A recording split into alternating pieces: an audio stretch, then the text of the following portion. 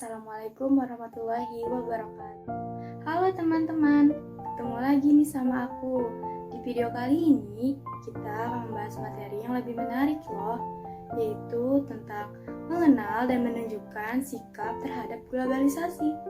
Langsung saja yuk kita bahas materinya bersama-sama. Globalisasi adalah suatu fenomena khusus dalam peradaban manusia, di mana bergerak secara terus-menerus dalam masyarakat global yang merupakan bagian dari proses global itu sendiri.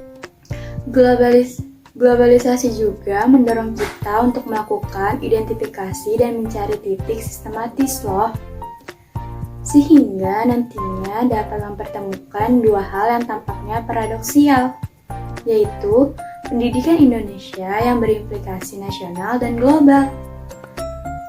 Nah, di zaman sekarang ini istilah globalisasi bukanlah hal asing lagi, bukan?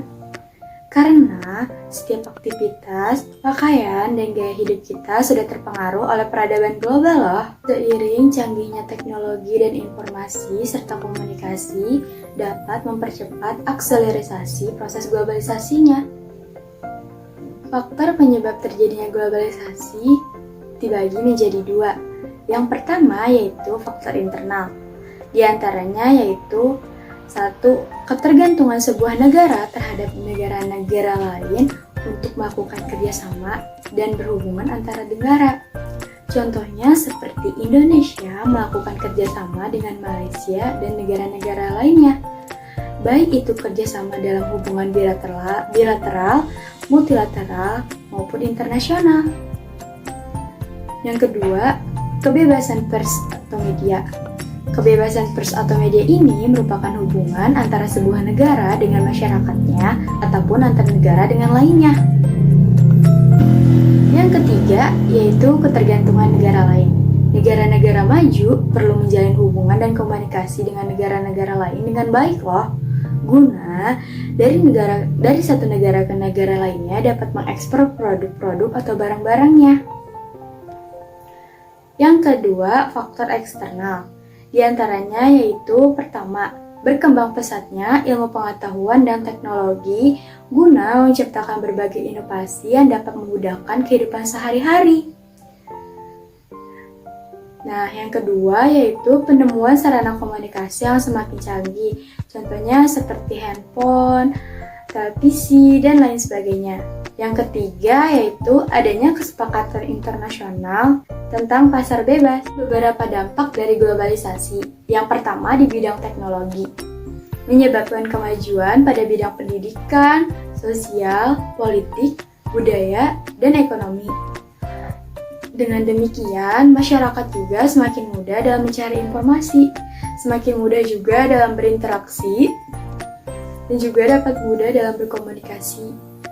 Yang kedua yaitu di bidang ekonomi. Di antaranya banyaknya kemudahan dalam menggerakkan barang produksi, modal, sumber daya, dan juga uang. Nah, perlu kalian ketahui juga, dampak positif dari globalisasi pada bidang ekonomi itu mencakup seperti meningkatkan kerjasama ekonomi antar negara. Para pengrajin di Indonesia banyak yang sudah menambah ke pasar internasional loh, serta banyaknya e-commerce atau jual beli. Nah, tapi ada juga loh dampak negatifnya, yaitu ketergantungan satu negara dengan negara lainnya, yang mengakibatkan negara kita tidak bisa tanpa negara itu. Lalu, meningkatkan kesenjangan ekonomi antara negara maju dengan negara yang berkembang, akan bertambahnya angka kemiskinan.